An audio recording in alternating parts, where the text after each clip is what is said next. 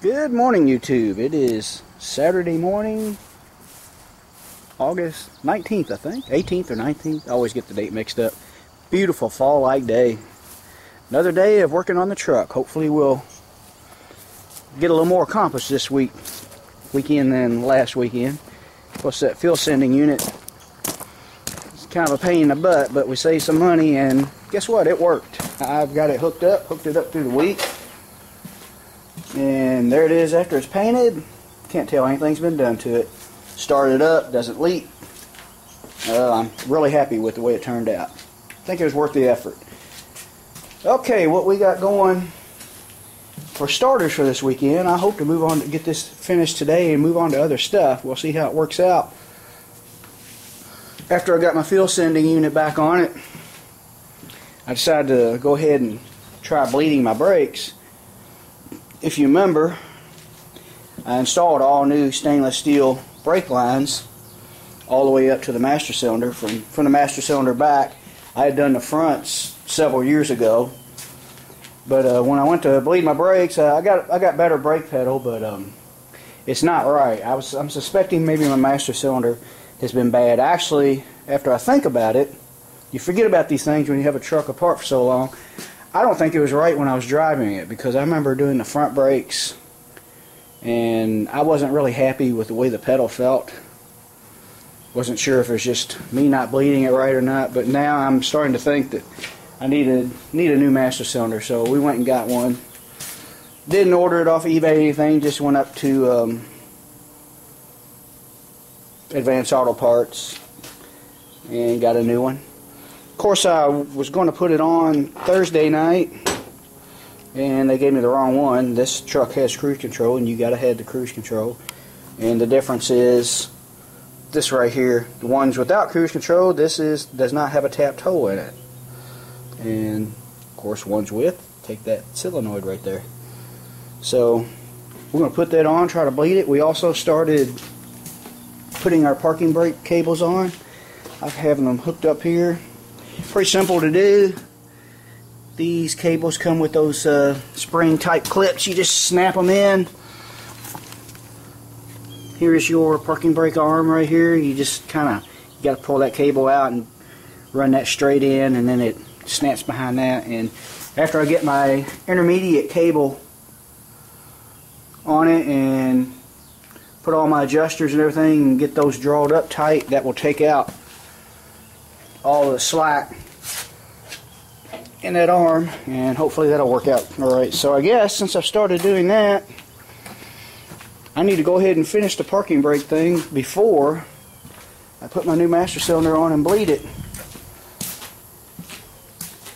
Okay, so I'm going to clean up my mess on the bench and get to work. We'll see how this works out. Show you what we get done this weekend. Okay, before I put this master cylinder on, and by the way, we have our parking brake cables all hooked up and everything's working fine. Went a lot smoother and faster than I thought.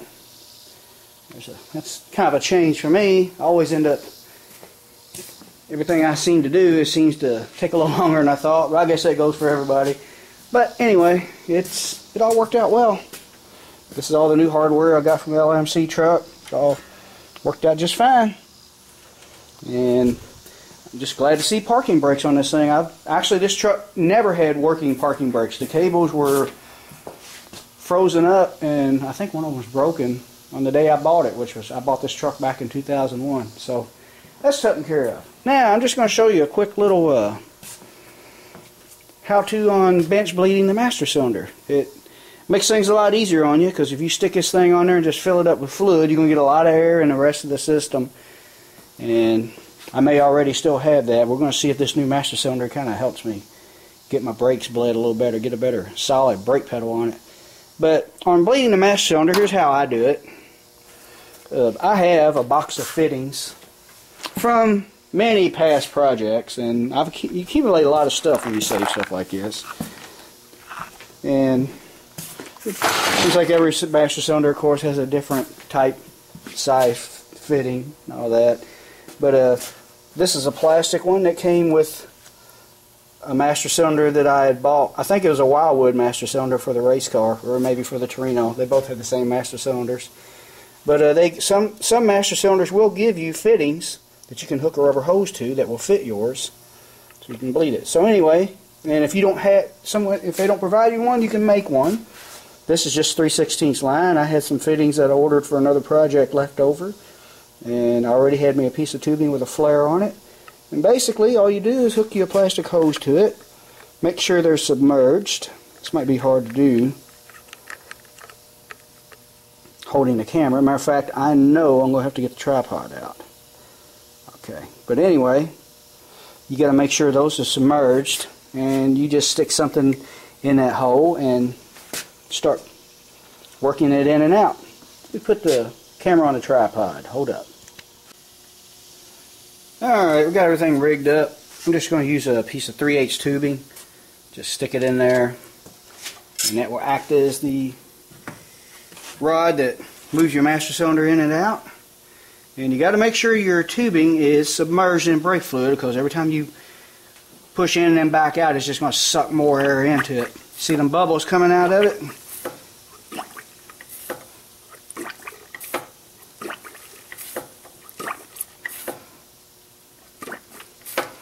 Just keep doing it until you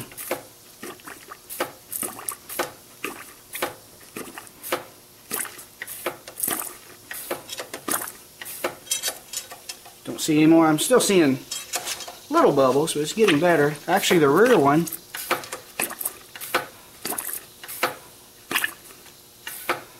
gotta go all the way in to get that rear one to pump anything out.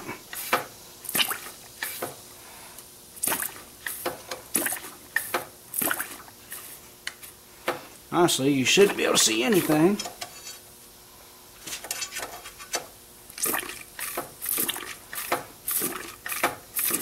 Okay, it's getting better, I think.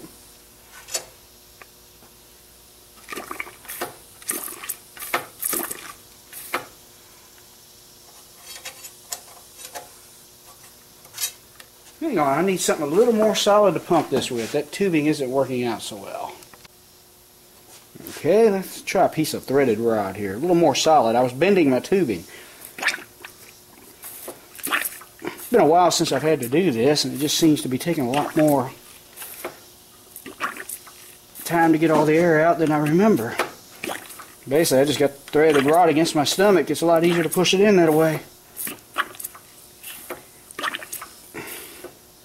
Seeing a lot of little tiny air bubbles. I think that's going to be kind of normal. We'll see.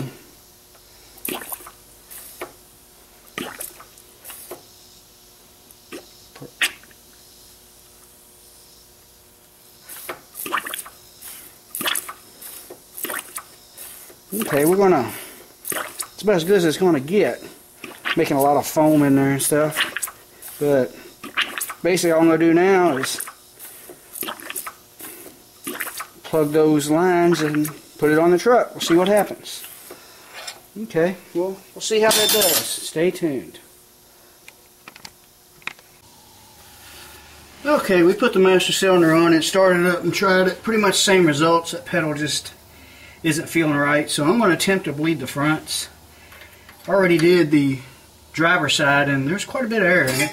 We'll show you my new tool here. Hopefully I can show everything under the truck like this, but this is just another cheap Harbor Freight job, but I kind of like the way it works. I got a lot of air out of the driver's side caliper, so hopefully this will help. First thing I want to do is make sure I can break my bleeder screw loose. Use my trusty old wrench here. Very old brake bleeder wrench. It was in my dad's tool, but I remember when I was a kid. Who knows how old this wrench is. But little relics you can collect from your past. Kind of brings back good memories. But anyway, we got that broke loose. We're going to leave that on there. And what we do is we stick this hose.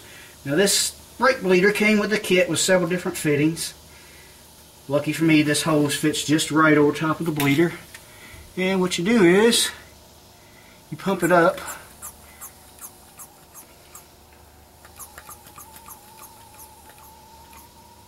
always get it to about 20. I read the directions, and they don't recommend you go past 20 because they say it could blow the seal out. And now we'll see what comes out of this thing. This has a vacuum in it, and I'm getting a lot of air. I'm getting sun fluid out. I'm seeing a lot of air bubbles in there. Hopefully this will do it. Whole system might, you know, I replaced the front lines on this a couple years ago. Maybe I didn't bleed it good enough, and now we've done the back. So this whole system's going to need a lot of bleeding. And our gauge is already down to about 10. You can see it bleeding down.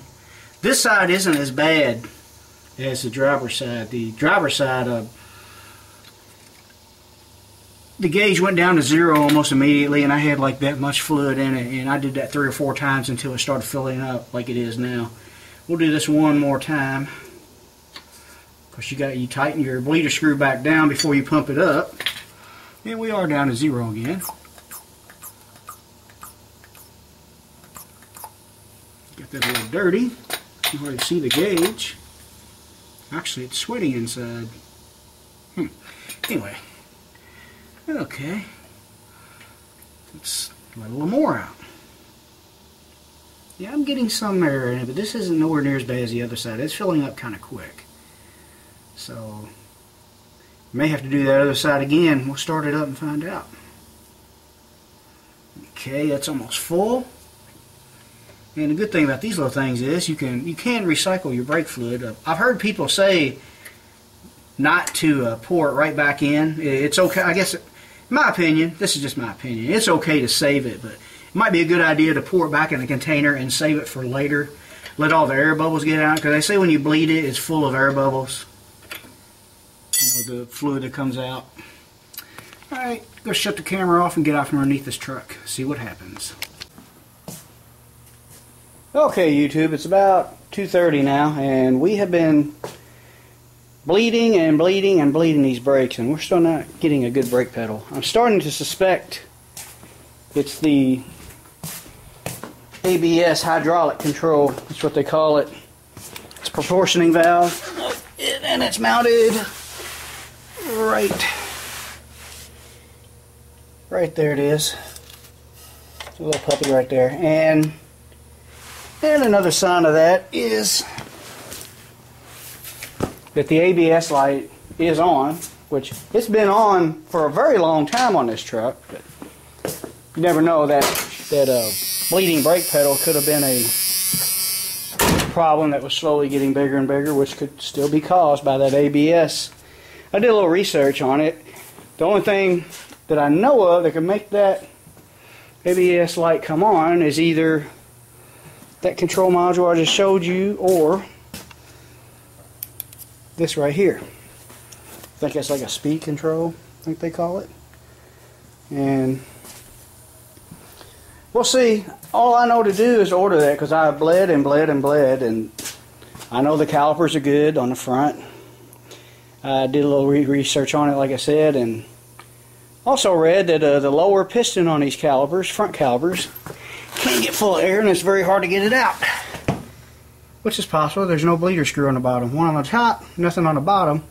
I know my Wildwood calipers on my race car had bleeders in top and bottom. Actually, it's a 4-piston caliper and has a bleeder for each piston, which is the way it all should be. So, might be something to think about if you put new calipers on these trucks. You see that little boss right there? A guy could drill and tap for another bleeder screw. And I'm going to go ahead and order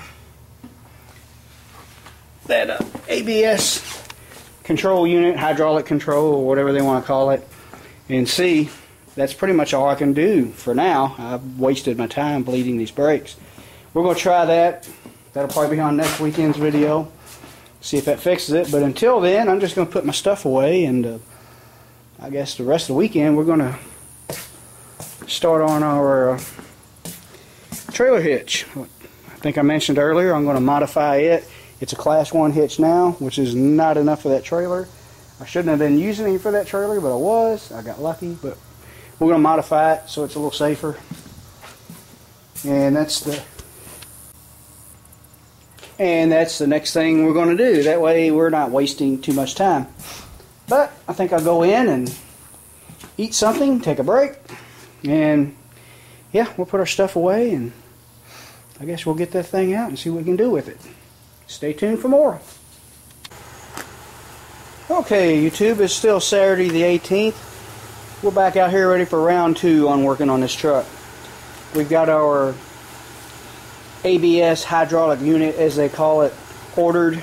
That's the only thing I can think of to fix this problem with that soft pedal on this brake system. Everything else is everything else is new, so it's got to be the only thing left. I'm pretty sure I bled it good enough. I mean, I spent half a day trying to bleed it.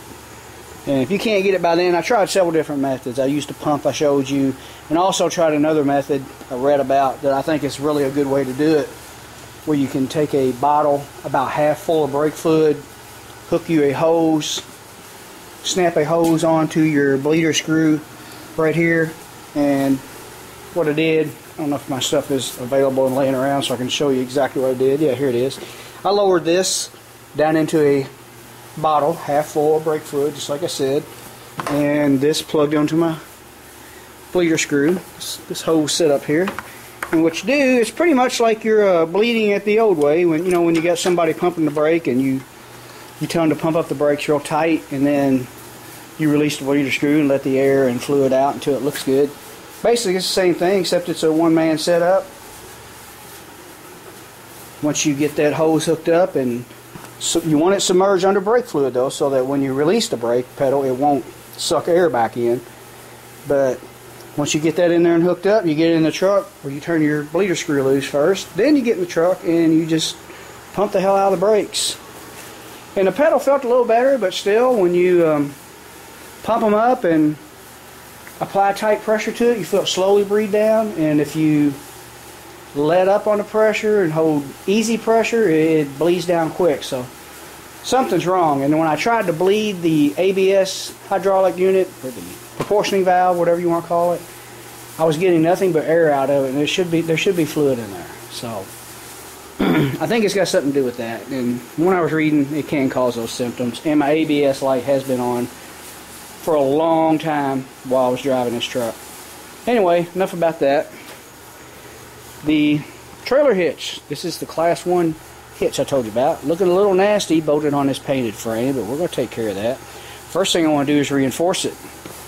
You can see those numbers there on this tag right here.